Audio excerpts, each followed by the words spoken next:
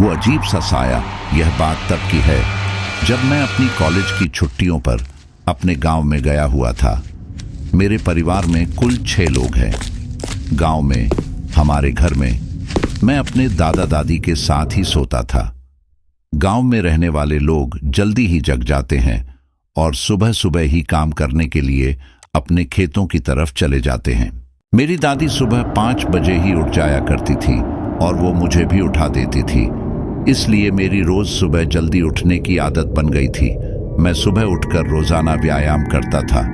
उसके बाद मैं पढ़ाई करता था।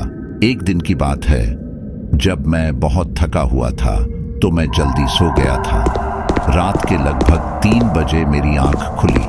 आज मैं काफी जल्दी उठ गया था, तो मैंने सोचा कि अब जब उठ ही गए हैं तो क्यों ना पढ़ लिया जाए।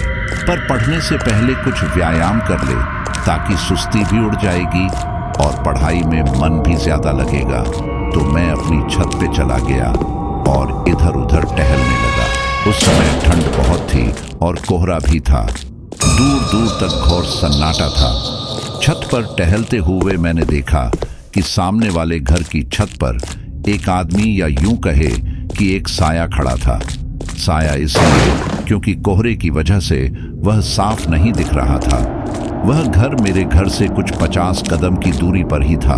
मैंने उस पर ज्यादा ध्यान नहीं दिया, क्योंकि गांव में लोग जल्दी ही जग जाते हैं, इसलिए शायद यह भी मेरी ही तरह जल्दी जग गया होगा और अपनी छत पर टहल रहा होगा।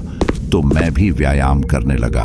व्यायाम करते हुए मैंने देखा कि वो आदमी, या यूं कहे कि वो साया जैसे पहले था वैसे ही अब भी बस मेरी ही तरफ मुंह किए खड़ा था।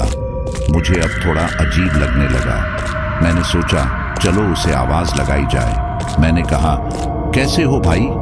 पर उधर से कोई आवाज आना तो दूर की बात, वो आदमी तो अपनी जगह से हिला भी नहीं। मुझे उस पर बहुत गुस्सा आया और मैंने उस पर ध्यान देना बंद कर दिया और मैं अपनी एक्सरसाइज करने लगा।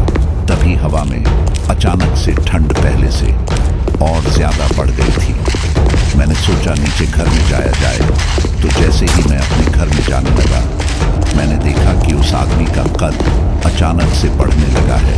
उस आदमी को उस समय आदमी समझना सबसे बड़ी मूर्खता थी। वो धीरे धीरे एक घर जितना बड़ा हो गया था। उस समय मेरे पैर जैसे जम ही गए थे। उस समय मैं खुद को कोसने लगा कि मैं ऊपर आया ही क्यों, अब मैं नहीं बचने वाला। डर से मैंने अपनी आंखें बंद कर ली। थोड़ी देर बाद मैंने आंखें खोल के देखा, पर वहां कोई भी नहीं था। मैं तेजी से नीचे आया और कंबल ओढ़ कर सो गया।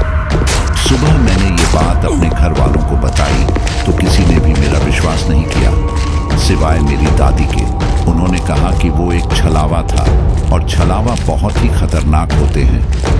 तेरी जान इसलिए बच गई क्योंकि तेरे गले में यह माता रानी का रक्षा कवच था।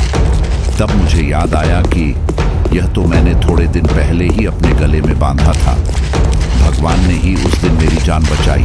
सो आई होप गाइस आपको यह हॉरर स्टोरी अच्छी लगी होगी। दोस्तों, मैं आशा करता हूँ कि आपको यह रियल हॉरर स्टोरी पसंद आई होगी। यदि आप गोस्ट स्टोरीज देखना पसंद करते हैं तो मेरे YouTube चैनल रहस्यमय कहानियाँ को सब्सक्राइब कर लें। धन्यवाद।